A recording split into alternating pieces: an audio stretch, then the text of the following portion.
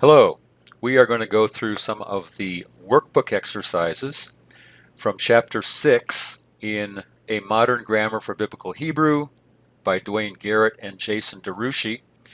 Here is the bibliographical information. It's B&H Publishers, academic, and from 2009. The same with the Biblical Hebrew Workbook, same publisher, same year. So we are in the workbook on page 24. We're looking at exercise 5, construct chains. Now these sentences have phrases in construct, so they have construct chains, but they also include verbs like this verb here. So we are going to be using the verb chart to look these up. So let's take a look at this sentence. I'm going to read it. Sar asher yivchar sus. All right, I'm going to do it one more time. Sar asher yivchar sus. Let me make a brief comment first about the word asher here. This is very similar to another word that's very common, and that is the word asher. So I'm going to write that over here. It's very similar, but the vowels are different. So we have aleph with a composite schwa, a chatef patach. So it's a reduced A vowel, and then we have a sagol underneath the sheen. So we have asher. Notice over here, for asher, we have a full-blown comets. That's a long A, and then we have a tsere as our vowel under the second consonant, the sheen. So it's very similar. We have asher and asher. This word is extremely common. It means which or who. The word asher, is our other word.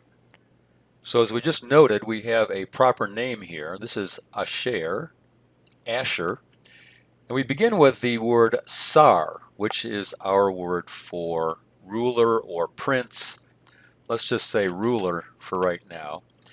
And it's in construct with Asher, so we have ruler of Asher.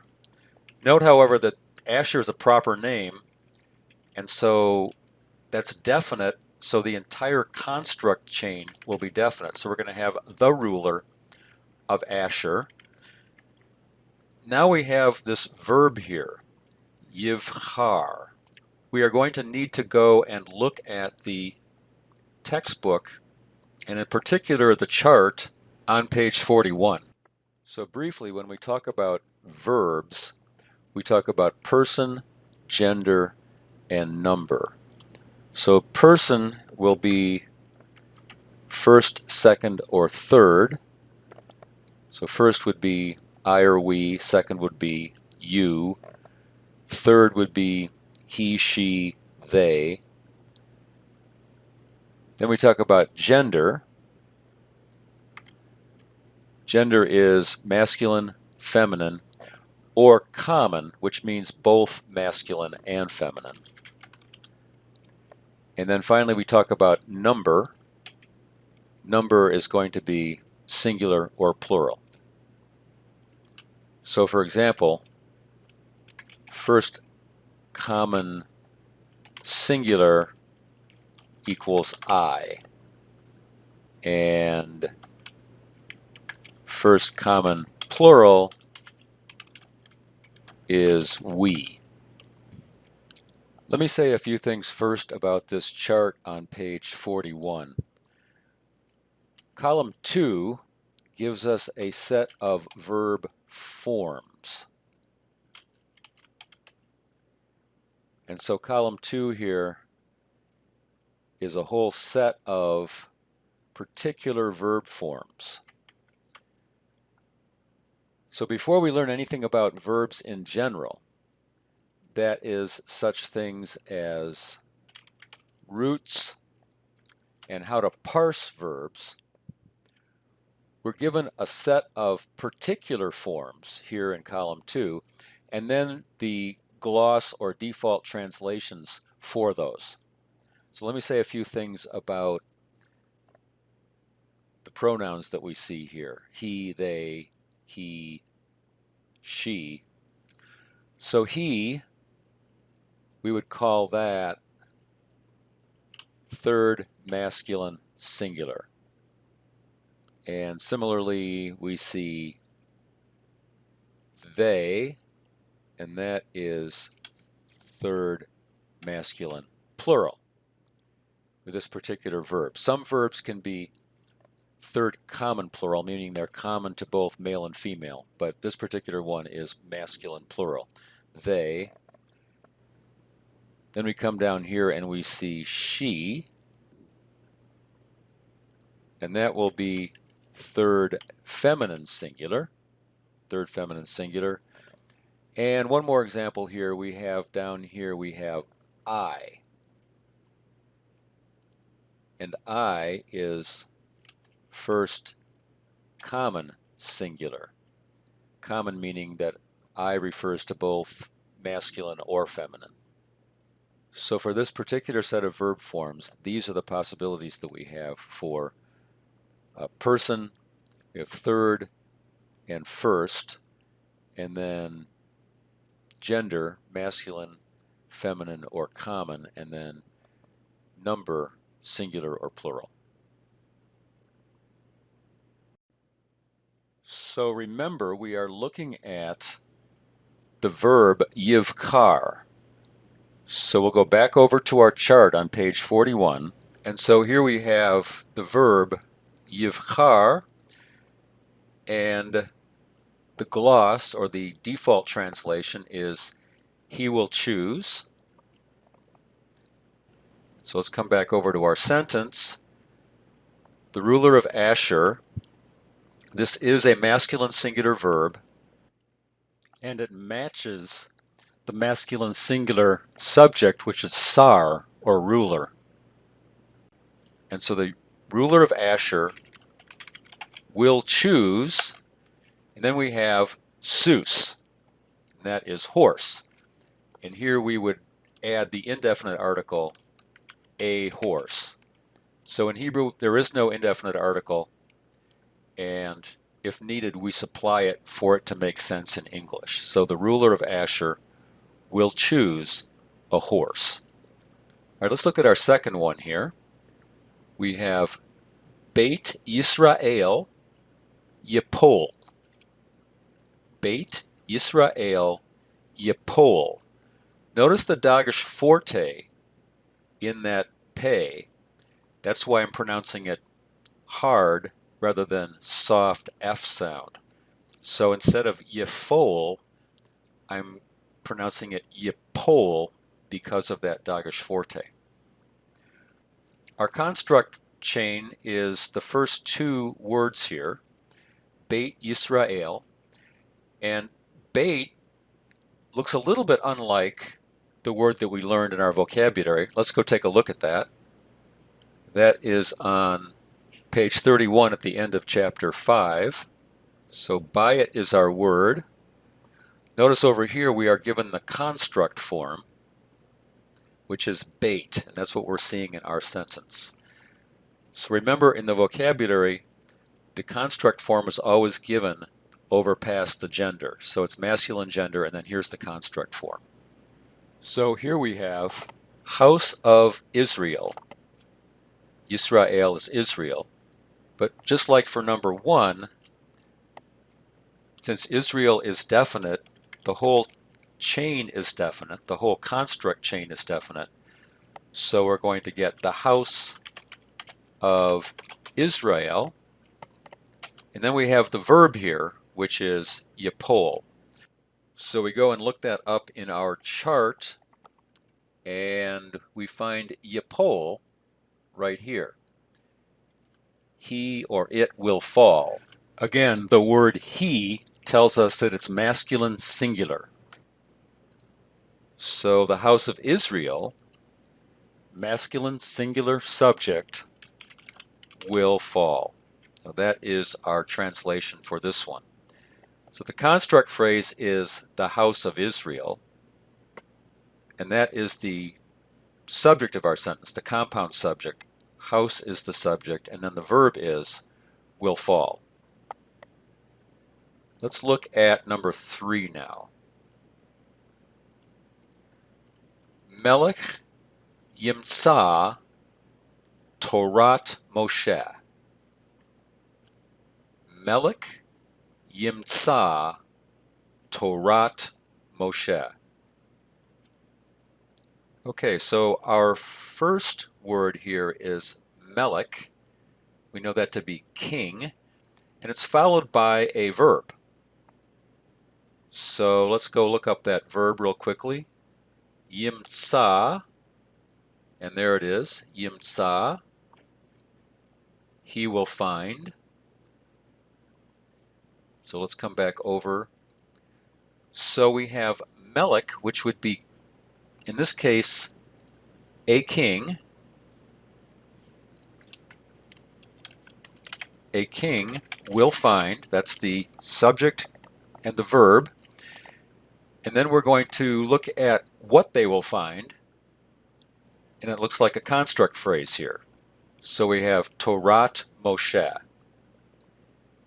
And in order to find Torat, we need to consider whether this ending here, the patak vowel and the tav consonant, could be a feminine construct. That's the normal feminine construct form for a feminine noun that normally ends with a kamatz. If we want to check this, we can write this out with the same beginning. So we'd write this out as Torah, like that. And we'll check and see whether that is a word. Well, it is. On page 32, we find that to be the word for law or instruction. And then on the same page, after that, we'll see that this is indeed the construct form. So Torat is the construct form for Torah. And then we see Moshe, and that is the proper name Moses. So the construct phrase is going to be law of Moses, but again, Moses is a proper name, so it's going to be definite, so the whole construct chain will be definite. That will become the law of Moses. So a king will find the law of Moses. So in this case, our construct chain turns out to be the object of the verb. What will the king find? The king will find the law of Moses. Let's look at the next one here, number 4. So we're going to have Wayasav ir David. Wayasav ir David. Note here that my accent is above the yod. It's not the last syllable, it's the second to last syllable. And that is why I pronounce the word Wayasav. Okay, this is a verb. The first word here is a verb. Since we're looking at construct chains, the last 2 words are going to be our construct chain. So we have ir David. So let's take a look first of all at our verb. Yasav. Here we go. Vayasav. There it is. And he encircled, or and he surrounded. The form that we're looking at is a past tense, and it begins with a wow, so literally it's going to have an and when we translate it. We'll come back over. So we have and he encircled, and then we have ir David. This is city, and this is the proper name David. So again, proper name, definite, so the whole chain will be definite. Ir is city, so we have the city of David. So, and he encircled the city of David.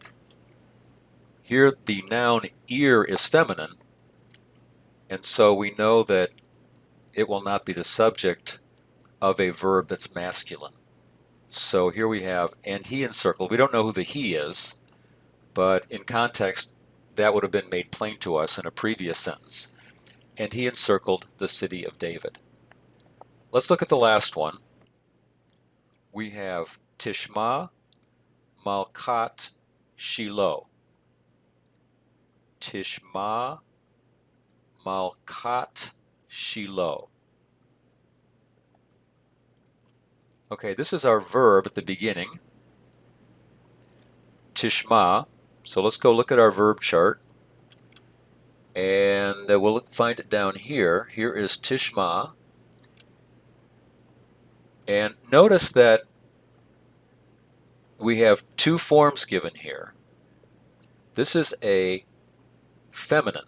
So every once in a while we find a feminine.